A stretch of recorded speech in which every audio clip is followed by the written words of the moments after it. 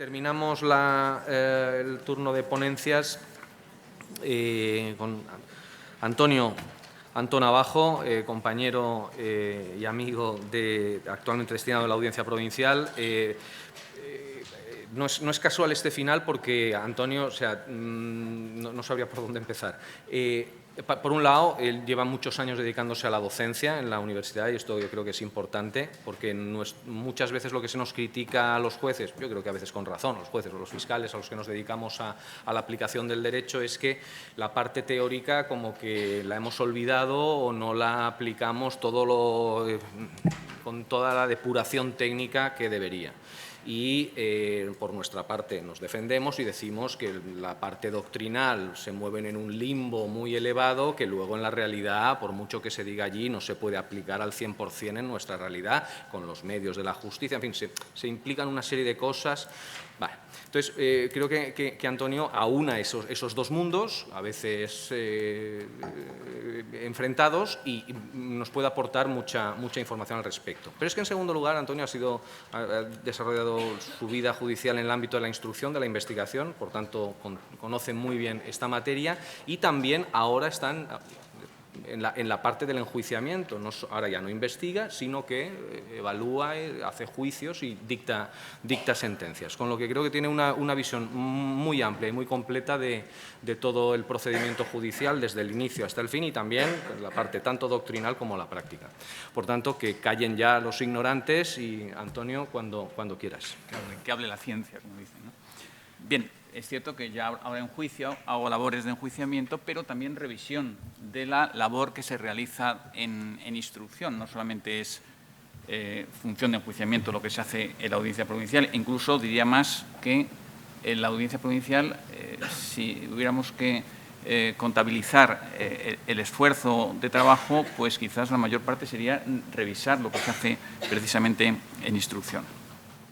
Bueno, ante todo, agradecer la invitación para participar en estas jornadas tan exitosas y de tanto prestigio, agradecer al Instituto del Patrimonio Cultural de España y, como no, a José Ángel, que partió de él la invitación para participar en estas jornadas.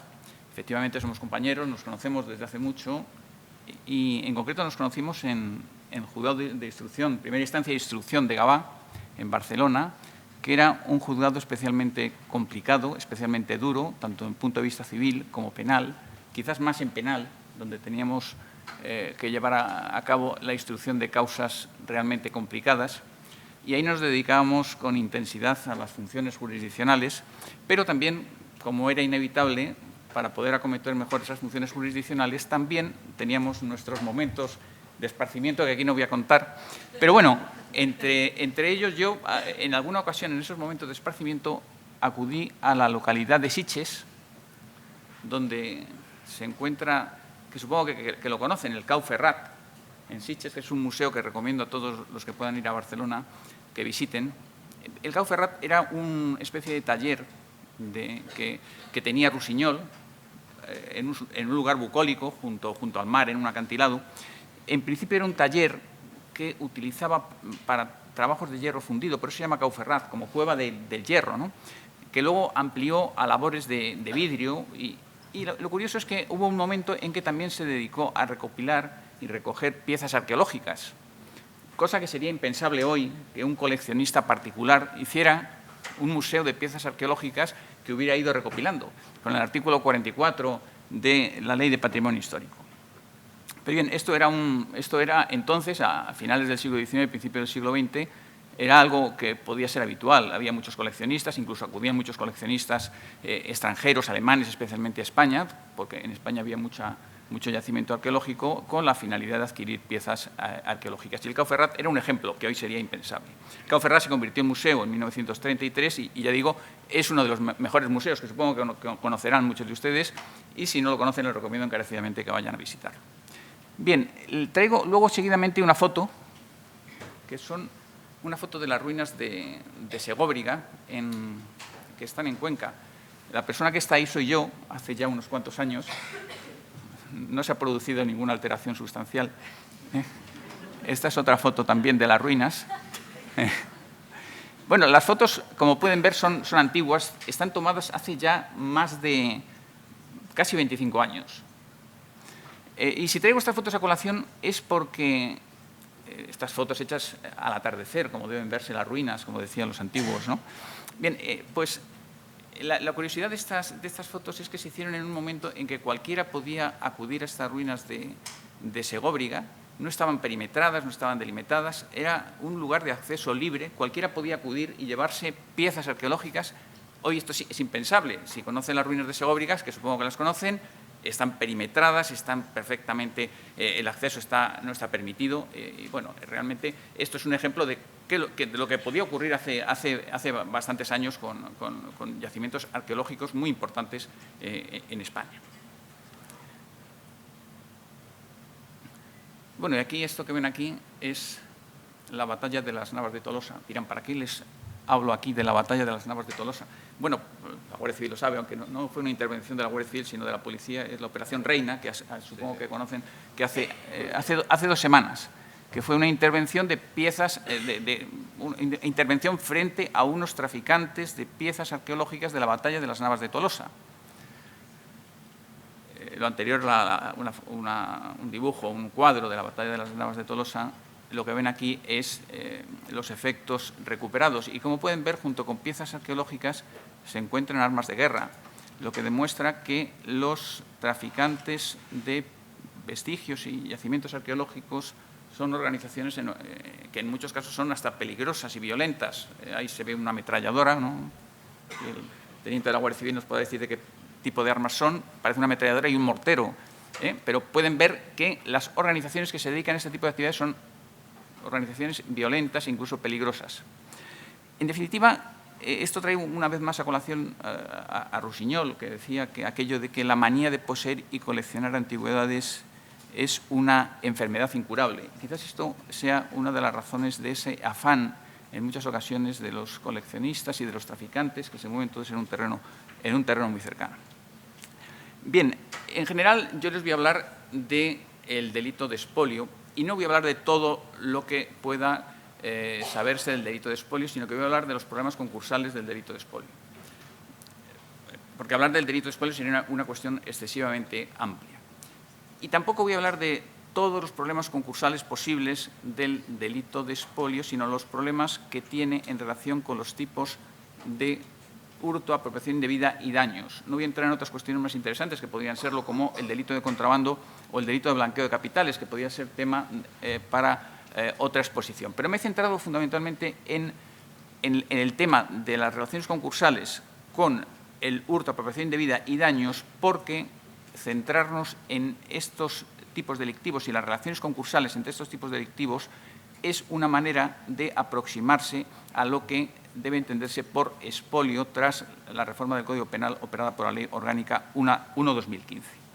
En cualquier caso, dentro de la tutela de los bienes culturales, que digamos es una expresión que supera un poco ya la de bienes integrantes del patrimonio histórico, dentro de la tutela de los bienes culturales, los vestigios arqueológicos y los yacimientos arqueológicos suscitan una problemática específica, porque al margen del carácter que muchas veces tienen los vestigios y los yacimientos, la fragilidad, el carácter oculto y la susceptibilidad de falsificaciones, en los bienes culturales y en concreto en los yacimientos arqueológicos se produce con toda intensidad esa disociación que hay entre todos los bienes culturales. Disociación, por una parte, entre lo que es el valor económicamente evaluable del bien, inherente al derecho de propiedad o a la posesión, y por otra parte, lo que es el valor científico.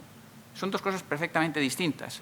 Y por eso aquí traigo la figura de Volney, que todos habrán leído, supongo, Las ruinas de Palmira, donde insinuaba ya al inicio del libro, cuando hablaba de las útiles lecciones y reflexiones patéticas o enérgicas que ofrecen las ruinas al espíritu que las sabe consultar. Ya insinuaba esa disociación entre el valor material y el valor inmaterial de esos bienes culturales. O también la figura de Alois Riegel, como supongo que le conocen con el libro famoso El culto moderno a los monumentos, donde también insinuaba este tipo de cuestiones. Es decir, esa disociación entre el valor material y el valor científico que implican los bienes culturales y en concreto los yacimientos arqueológicos ya se planteaba en las postrimerías del siglo XVIII y a lo largo del siglo XIX.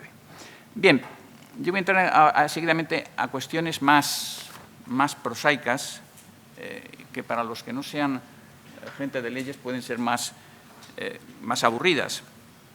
Y me voy a centrar ya más en cuestiones referentes al tipo de expolio que se introduce en el artículo 323.1 del Código Penal tras la reforma de la Ley Orgánica 1/2015. En general, y haciendo un breve paréntesis, sobre este tema y en general la tutela de los vestigios arqueológicos y del patrimonio arqueológico, porque tengan en cuenta que el delito de expolio se refiere exclusivamente a yacimientos o vestigios arqueológicos, no se refiere a otro tipo de bienes. Digo que la tutela del patrimonio arqueológico es una tarea compleja por, en primer lugar, la heterogeneidad en su configuración, la diversidad y la concurrencia de normas. En primer lugar, heterogeneidad en su configuración porque, los bienes arqueológicos se pueden encontrar en terrenos urbanos, rústicos, terrestres, subacuáticos. Puede ser un yacimiento abierto o un yacimiento oculto. Es decir, hay muchas posibilidades, lo que lleva a la doctrina a hablar de una heterogeneidad en su configuración. En segundo lugar, la diversidad de las formas de manifestación de los actos de expolio, que va desde el uso, ayer se hablaba del uso de detectores de metales, la realización de prospecciones ilegales, los daños a los yacimientos y, por otra parte, la tenencia de objetos para su posterior comercio ilícito.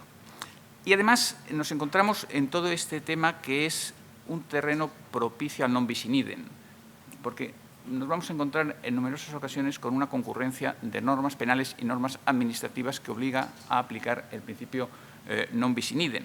En definitiva, el derecho administrativo sancionador en materia de tutela de bienes culturales y en concreto de bienes arqueológicos se sustenta en una serie de principios que los podrían resumir en las ideas de comunicación, autorización, protección y conservación. Comunicación porque cualquier vestigio arqueológico que se descubra, incluso de forma puramente accidental, debe comunicarse a la autoridad administrativa competente.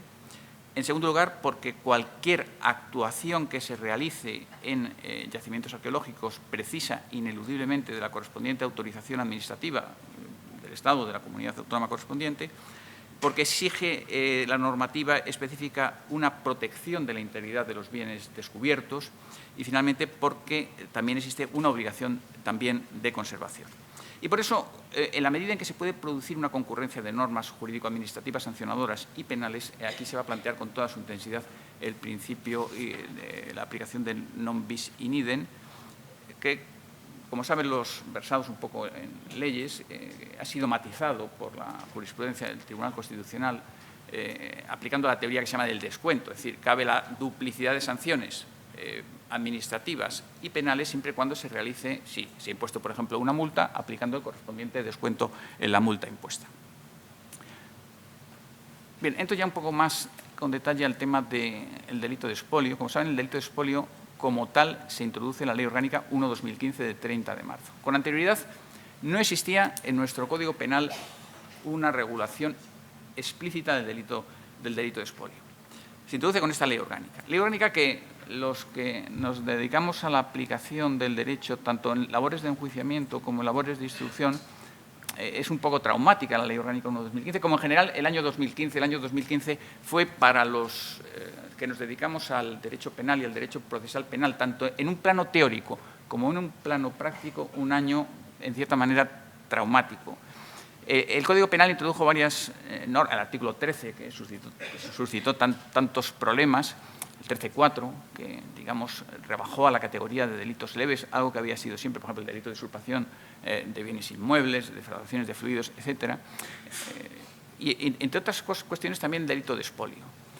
Lo que lleva a pensar que, en cierta manera, el legislador del 2015 del Código Penal, en todo aquello que no fuere la transposición de unas decisiones marco que venían siendo obligadas, prácticamente cuando introdujo novedades en algunos preceptos, como es el 13.4, por ejemplo, pero también el delito de expolio, parece que procedió con una cierta inconsciencia. Es decir, obviamente no podemos decir que el legislador fuera inconsciente al hacerlo, pero sí que no pudo prever las consecuencias colaterales o concomitantes de la regulación que hacía.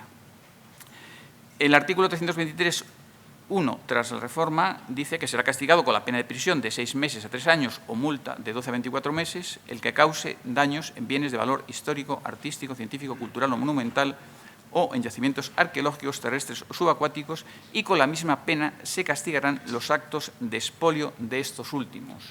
Esto es lo que dice el 323.1, que regula el expolio. Su introducción en el Código Penal fue, en cierta manera, consecuencia de una presión de la Fiscalía, y en concreto de la Fiscalía del Tribunal Superior de Justicia de Andalucía, que estaba especialmente interesada en este tipo de cuestiones.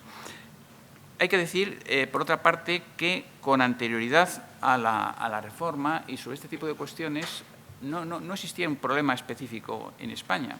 Es decir, la jurisprudencia, los supuestos de expolio, no había tenido ningún problema.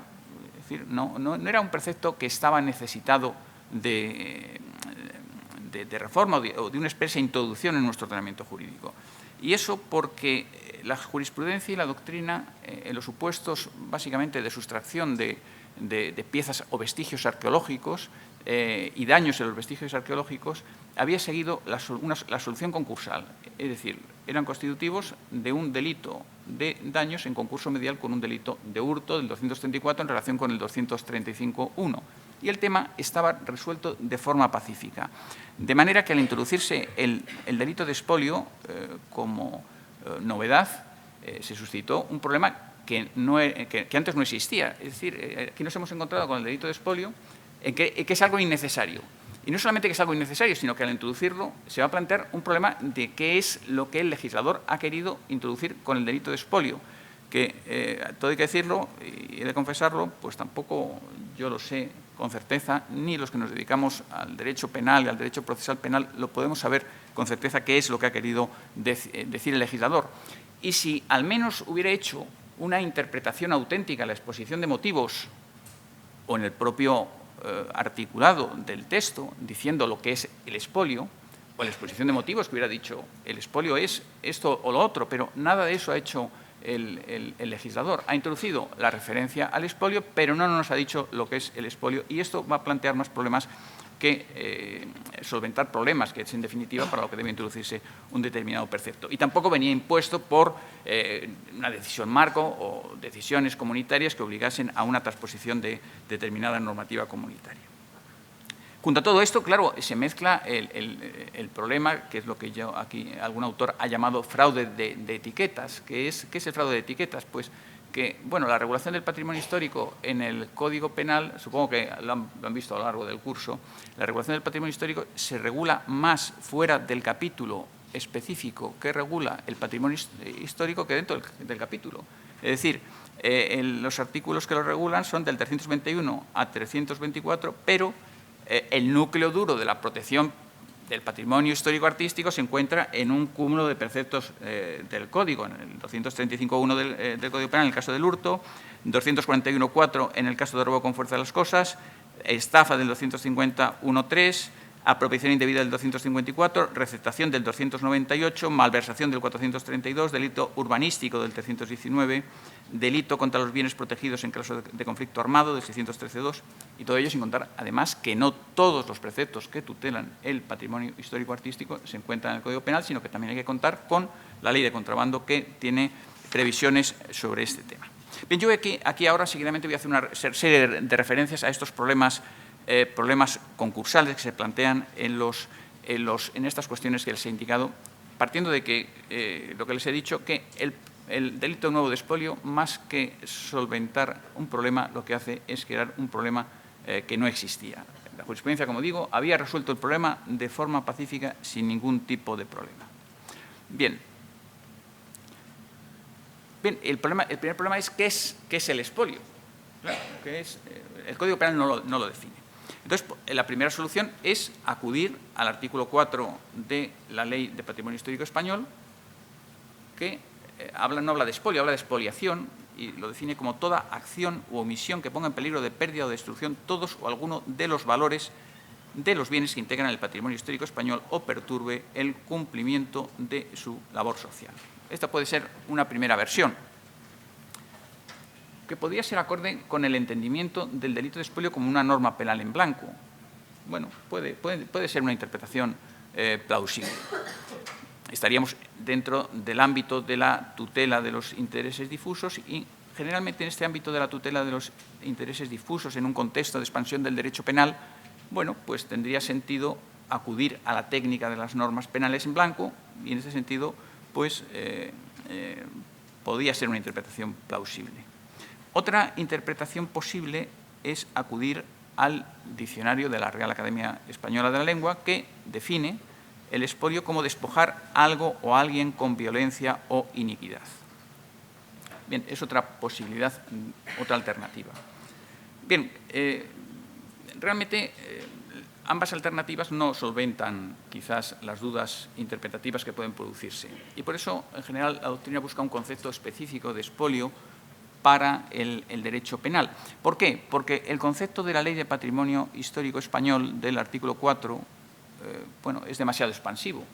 Si decimos que el expolio es toda acción o omisión que ponga en peligro de pérdida o destrucción todos o alguno de los valores de los bienes que integran el patrimonio histórico español o perturbe el cumplimiento de su función social, es demasiado genérico, demasiado expansivo. Eso va en contra de los principios de certeza y exactitud que deben predicarse de las normas penales. Por otra parte, el concepto gramatical dice despojar algo o alguien con violencia o iniquidad. Si utilizamos el concepto gramatical, estamos introduciendo que dentro del concepto de expolio se incluyen necesariamente actos de sustracción. Y bien, entonces, ¿qué ocurre con el 234 y 235.1?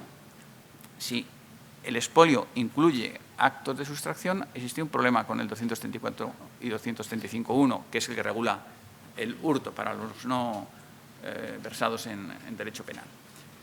Bien, y parece que el legislador de 2015, cuando introduce el expolio, debió ser consciente de que al introducir el expolio se mantenía el 234 y 235.1. Luego, parece que el legislador pensó en otra cosa, suponemos. A lo mejor no pensó en eso, simplemente lo introdujo, había cierta presión por parte de ciertos sectores, hay que introducir el expolio es algo muy grave para nuestro patrimonio histórico, hay que introducirlo y lo introdujo sin ver las consecuencias colaterales, pero presumimos que el legislador es consciente y que introdujo esto de forma meditada y, por tanto, debió pensar que era otra cosa lo que buscaba, que era otro concepto el que trataba de introducir en el Código Penal. Bien, en este sentido se han buscado soluciones explicativas alternativas. Básicamente, las soluciones alternativas que se han barajado son dos. Por una parte, que el delito de expolio lo que es una norma de cierre del sistema, una expresión que proviene de los alemanes en derecho penal. Prácticamente se suele copiar expresiones de terminología alemana que se han traducido. No tenemos una tradición autóctona en derecho penal, sino que somos, en cierta manera, deudores del derecho alemán y de la doctrina alemana. Entonces, bueno, se viene a entender que es una norma de cierre del sistema, una cláusula de cierre del sistema. ¿Qué sería esta cláusula de cierre del sistema? Pues se viene a considerar que, como el legislador era consciente de que existe el hurto, la apropiación indebida, la estafa, es otra cosa distinta. Y esa cosa distinta es la descontextualización científica del yacimiento. Eso vendría a ser el expolio según esta teoría, la teoría del expolio como norma o cláusula de cierre del sistema. Se barajan soluciones alternativas, que es que el legislador, al introducir el expolio, se produce una situación de conflicto, de concurrencia de normas penales, por una parte el expolio con el hurto, daños, etcétera, que debe resolverse con arreglo a las normas del concurso de normas o concurso de leyes del artículo 8 del Código Penal, que sería, en cierta manera, otra de las soluciones alternativas. Tampoco han faltado, como en todo, en derecho todo es así, las soluciones eclécticas. Bueno, no es una cosa ni otra. Soluciones eclécticas que viene a decir que el expolio incluiría los daños en los yacimientos o en los vestigios arqueológicos cuando no son económicamente cuantificables, cuando afectan solamente al valor científico del yacimiento y, por extensión, los actos de sustracción en yacimientos arqueológicos no catalogados. Esta sería la versión o la hipótesis, digamos, ecléctica, que aunaría un poco entre la solución de la cláusula del cierre del sistema, en cuanto que incluye también dentro del tipo los supuestos de descontextualización científica del yacimiento, y, por otra parte, también se incluirían actos de sustracción. Como ven, el tema es bastante problemático. Y todo ello sin contar que, si van a la lectura, al tenor literal del 323.1, además hay un problema que algún autor ha introducido, incluso en un tratado al uso, viene a entenderse que el expolio se refiere solamente a los yacimientos arqueológicos subacuáticos, no a los terrestres. Bueno, pues es una interpretación plausible, porque dice con la misma pena se castigará los actos de expolio de estos últimos, es decir, de los yacimientos arqueológicos subacuáticos. Bueno, esto es una interpretación un tanto discutible, pero que en definitiva ha sido así considerada. Yo aquí voy a atender a una interpretación favorable, una interpretación sistemática de los preceptos, en el sentido que hay que prescindir un poco de la interpretación histórica que vendría a considerar que el legislador era consciente de que, al introducir el delito de expolio, ya existían otros tipos penales en el Código Penal, que existía el delito de robo, que existía el delito de hurto, etcétera, y por tanto que existían otros preceptos específicos. Yo creo que hay que hacer una interpretación sistemática, hay que ver que se ha producido un posible conflicto entre diferentes normas, y, en definitiva, como señalaba Díez-Picazo en su libro famoso Experiencias jurídicas y teoría del derecho, la ley, una vez promulgada, se separa de su autor y adquiere una independencia objetiva. Por tanto, habría que prescindir de cuál fue la hipotética intención del legislador, es decir, hacer algo distinto de lo que ya estaba regulado hasta entonces.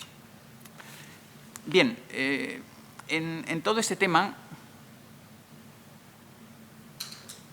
hemos visto las dos hipótesis, ahora voy a desarrollarlas un poco más. Existía también, además, un problema, que es, en todo esto, en el tema de los vestigios y los yacimientos arqueológicos, y me permitan que realice un breve excurso, existía también un problema de subsunción de los hechos en los tipos de hurto y de apropiación indebida, especialmente en el tipo de hurto, porque, si se trata de yacimientos no catalogados, faltaba en estos supuestos el requisito de la ajenidad, lo que impedía poder subsumir el tema en el delito de hurto. ¿Por qué falta el requisito de ajenidad? Por el artículo 44 de la Ley de Patrimonio Histórico, que atribuye la titularidad dominical a la Administración una vez que se produce el descubrimiento. Y, producido el descubrimiento, algunos autores sostienen que, una vez producido el descubrimiento, si bien la titularidad dominical corresponde a la Administración tendría, dicen, una propiedad, un título de dominio, pero no tendría la posesión, que es, en definitiva, lo que se tutela en el delito de hurto. En el hurto no se tutela tanto la propiedad como la posesión. Y, en ese sentido, tampoco podía subsumirse en el tipo de hurto. Y también se planteó, en relación con el ya derogado el hurto de hallazgo, también se planteaba las dificultades de subsunción que se podían producir en este sentido. Bien, como digo, las hipótesis básicas son dos. El expolio como norma de cierre o cláusula de cierre del sistema. En definitiva, el expolio vendría a ser una descontextualización histórica del yacimiento o del vestigio arqueológico como consecuencia de una excavación irregular. Simplemente, como consecuencia de esto, se ha hecho perder al vestigio, al yacimiento, el valor científico que podía aportar. Por ejemplo, una vasija profundamente deteriorada, sin valor económico.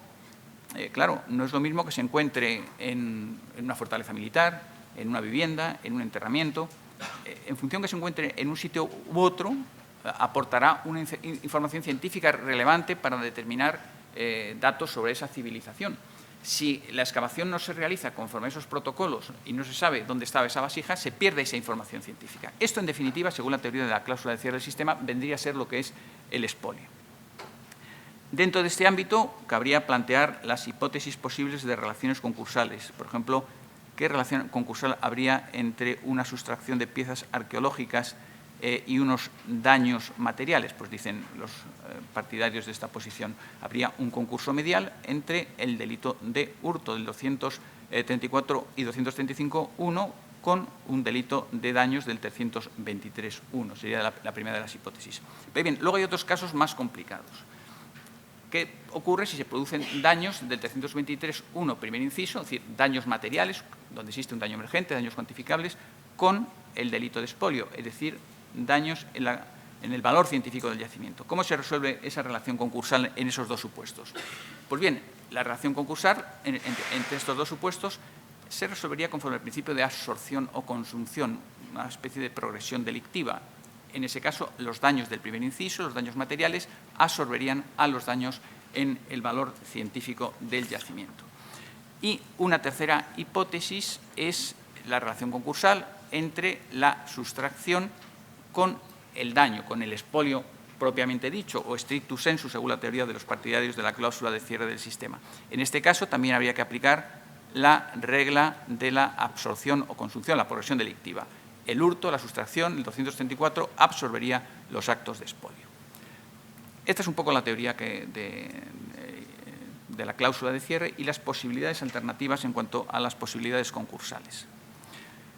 Bien, como alternativa está la teoría de que debe aplicarse el concurso de normas, el concurso de leyes, que en definitiva puede ser, en cierta manera, algo más acorde con una interpretación sistemática, con aquello que decía Díez Picazo, de que la ley, una vez promulgada, se separa del autor y adquiere una independencia objetiva. Poco importa, según los partidarios de esta concepción, poco importa que el legislador haya tomado en cuenta que al introducir el expolio existían unos tipos específicos que tutelaban el patrimonio histórico. Poco importa porque, en definitiva, el problema que se ha planteado es una colisión de normas que deben resolverse con arreglo al artículo 8 del Código Penal, que resuelve el concurso de normas. Ahora bien, aquí también hay algún problema que debe resolverse, porque ¿cuál de las soluciones del artículo 8 aplicamos? En concreto, ¿aplicamos el 8.1 o aplicamos el 8.4? El 8.1 es la regla de la especialidad. El 8.4 es, en caso de duda, se aplica el que aplique mayor sanción al delito en cuestión. Bien, si aplicamos el 8.1, la regla de la especialidad, deberíamos aplicar el tipo de expolio, que incluiría actos de sustracción. Pero, claro, si aplicamos esta regla, el principio de la especialidad, ¿qué ocurre? Estaríamos aplicando el 323.1, segundo inciso, pero establece menor pena que el 234 y 235.1, con lo cual algo que hemos querido introducir para tutelar el patrimonio histórico y los yacimientos arqueológicos, resulta que lo estamos castigando con menor pena. Tampoco es que la diferencia penológica sea muy relevante. Decimos que el hurto se castiga con mayor pena porque el margen penológico es más amplio, pero sustancialmente la diferencia de penas es prácticamente irrelevante. Pero, en cualquier caso, si aplicamos la regla de la especialidad, aplicaríamos el expolio, el 323.1, y lo castigaríamos con menor pena. Y si aplicamos el 8.4, el que castigue con mayor pena, aplicaríamos siempre el supuesto del 234 y 235.1, con lo cual el delito de expolio se quedaría como una figura puramente testimonial. Con lo cual, no parece que ninguna de estas soluciones sea, digamos, la más idónea. Como ven, estamos ante un auténtico galimatías que bueno. Pero bien, yo creo que se va abriendo camino en la jurisprudencia una solución que es la solución ecléctica. En definitiva, al final siempre priman los eclécticos, los tibios y las soluciones eclécticas. La jurisprudencia también, no hay mucha jurisprudencia sobre el tema.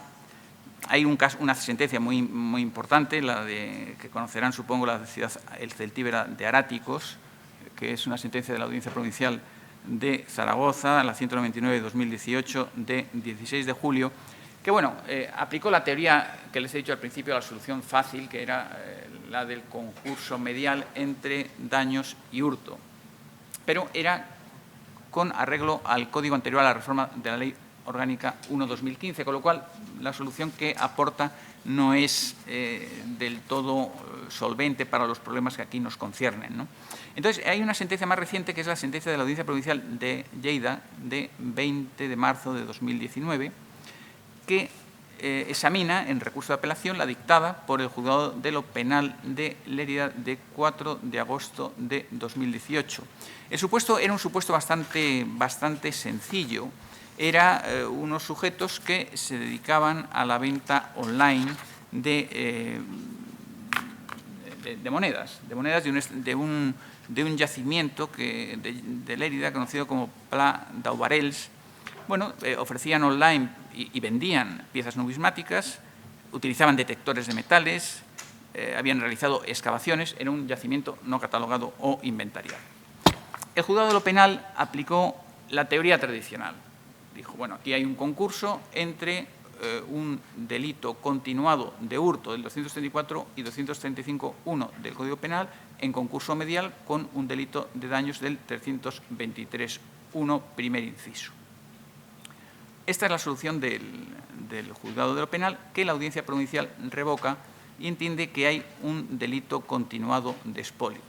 En la sentencia esta de la Audiencia de Lérida se plantea todos estos problemas. Todos estos problemas que les he contado, de esta reflexión que yo he realizado, pues prácticamente la expone la Audiencia Provincial de Lérida. Considera que no hay un hurto, porque al tratarse de un yacimiento no catalogado o inventariado, falta el requisito de la ajenidad y, por tanto, el hecho no puede ser castigado por hurto.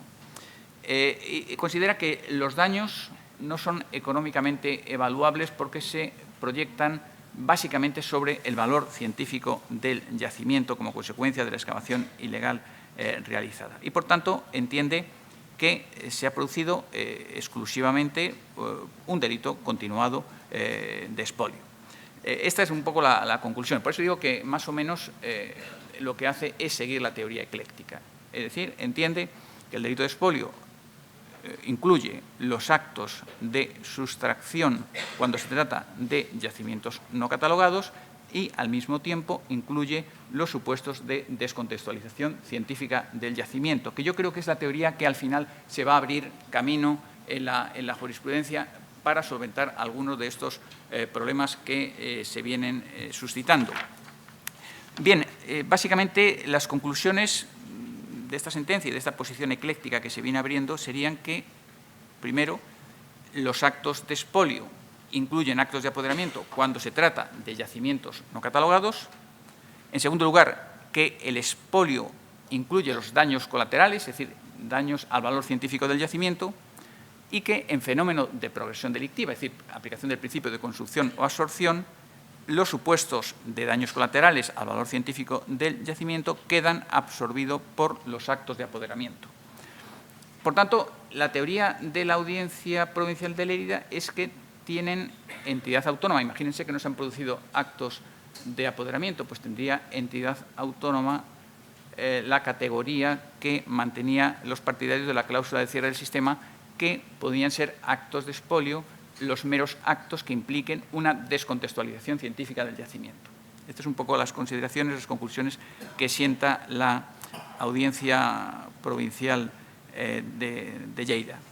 Bien, yo me permito aquí ya finalmente, y concluyo, no ir más allá de esto, hacer algunas consideraciones del eje ferenda. Bien, quizás la solución más fácil para resolver estos problemas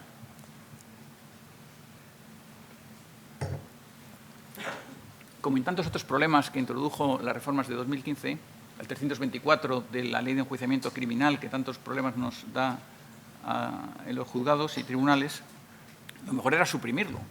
Pues lo mismo quizás podía hacerse con el delito de expolio. A lo mejor la mejor solución era suprimirlo. Pero como parece demasiado dramático, quizás había que introducir una reforma que definiera qué se entiende en concreto por expolio, una interpretación auténtica en el Código Penal, que incluyera específicamente actos de sustracción y supuestos de descontextualización científica del yacimiento, quizás sería lo más ortodoxo y evitaría problemas de indefinición que nos vamos a encontrar en la práctica. Especificar claramente que el expolio se refiere a yacimientos tanto terrestres como subacuáticos. La interpretación es un poco heterodoxa, pero bueno, alguien ha sostenido que solamente se aplica a este tipo de yacimientos. Y quizás la solución idónea vendría, en definitiva, por estas vías. Porque también yo creo, y con esto concluyo, decir que el expolio puede ser exclusivamente una descontextualización científica del yacimiento es una solución brillante, la verdad, ¿sí? Pero alguien puede entender que eso se acomoda a lo que es el expolio, el concepto de expolio, sobre todo a una interpretación gramatical o literal del concepto de expolio, que llegamos, si hablamos con la gente de la calle y le preguntas qué es un expolio, pues expolio es sustraer, es un acto de apoderamiento. No podemos decir que el expolio es una descontextualización científica del yacimiento. Solución brillante, pero que creo que no se ajusta a esos principios de taxatividad y certeza que son exigibles en las normas penales. Y con esto concluyo. Muchas gracias.